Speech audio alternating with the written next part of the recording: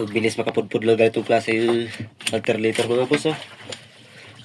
Pero maganda dahil mabilis makapag-charge, tsaka malakas mag-charge. Ano mo, puputol na. Kapalitan ko.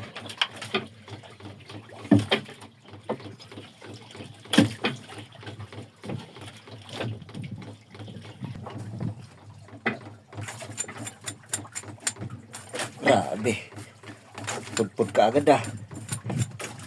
Dito na rin kasi ako boss nag-charge ng battery na pang ilaw, tsaka pang finder.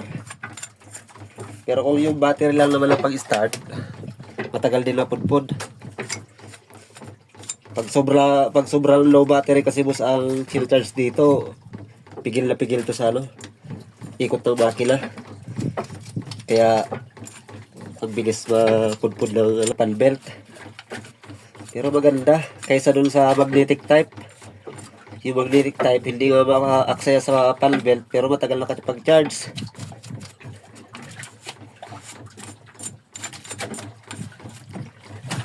Palitan ko ng bago.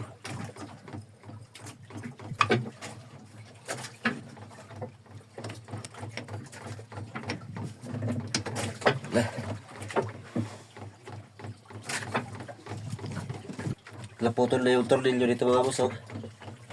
Dito sa hammer. Naiwan dun sa loob. Kaya hindi na mapalitan. Kaya ginagawa ko, ito tinatalian ko na lang, oh. Ito. Tinatalian ko dito. Para humigpit. Yan.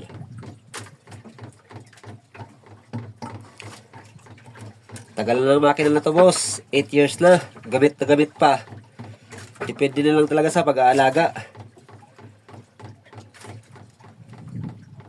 Ayan na, napalitan na. Oh, dami ng kinayod na pan belt, oh.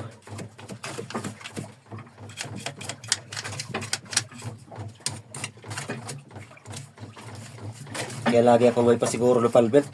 Kasi minsan napuputol. Pag naputol, wala na. Wala lang, hindi na magpapang.